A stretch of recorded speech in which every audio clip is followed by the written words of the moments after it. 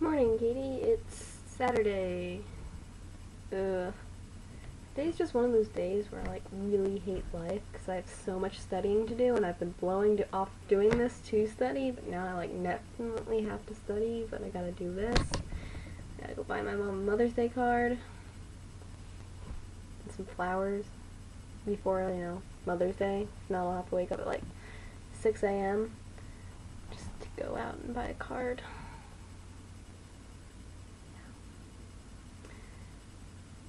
Plus, I stayed up till 4 a.m. last night.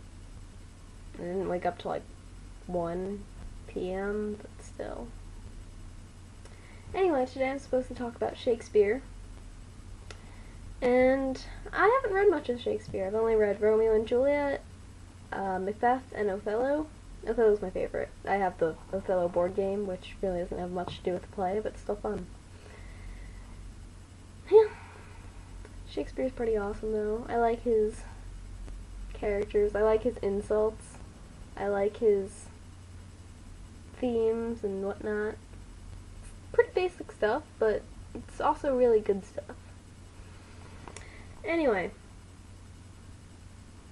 what I find weird, though, is that Romeo and Juliet is known as the greatest love story of all time, yet it's like, oh my god, Rosalind's becoming a nun to get away from me!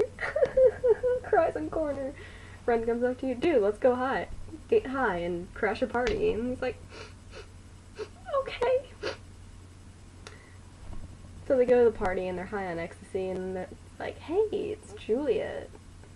Wanna make out? She's like, I'm so sweet and innocent. Watch as my palms kiss as pilgrims pray, not play. And then all he hears is kiss, so he starts making out with her, and she's like, good sir, you kissed by the book, and she just strikes me as a really ditzy idiot, and she's not even 14 yet, and this is happening, and Romeo's all old. Well, he's not that old, but he's too old to be dating a 14-year-old girl. Anyway, what's really weird is that I kept finding you kissed by the book in a lot of Shakespearean insult lists I found on the internet, but that's not an insult at all. I don't know how people mistake that for an insult.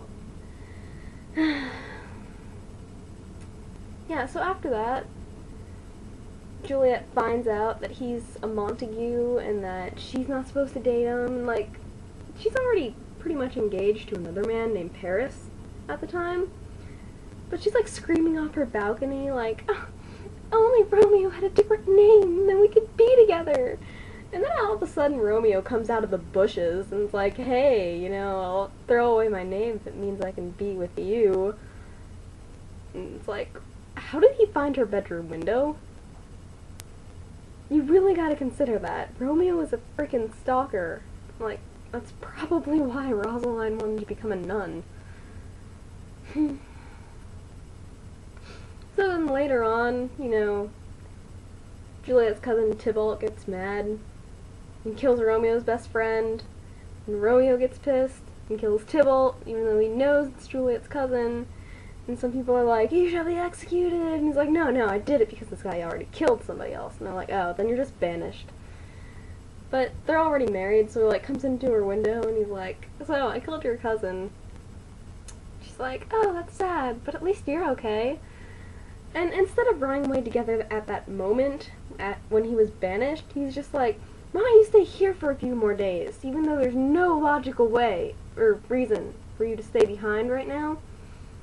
And I'll just send you a letter, and then you'll come back with me at some other time for no reason. She's like, okay. So she sends a letter. They get all the stuff planned out, and Juliet takes this potion thingy that's supposed to make it look like you're dead without actually being dead. And Romeo's supposed to go to the crypt and get her, but the letter that they sent was blocked by a plague. And so he never got it, because the messenger couldn't go through. And basically after that, he finds her in the crypt, and Paris is crying over her body, and then he's like, this is awkward. And then they fight, and Romeo kills Paris, And then he's like, death is not yet present in my lips and in my cheeks. And it's like, dude, you just kissed her. You do realize she's like still soft, still warm, still has color in her face. Maybe you should check her pulse or see if she's breathing. But no, he's just like, whatever, gulps poison, dies.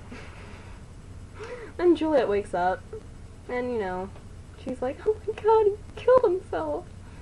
Then she kills herself. And then the families are like, what were we fighting about before anyway? Because if we weren't fighting, then our kids probably wouldn't have killed themselves. Did we actually, like, have an argument or something? I don't know. This is weird. Let's be friends. Okay.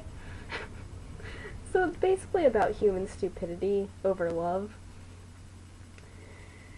And yeah, that's my really quickly done video thing for today, because I'm too lazy to refilm it and make it better. Also, Holly Black's new book, White Cat, is out now. I cannot wait to read it.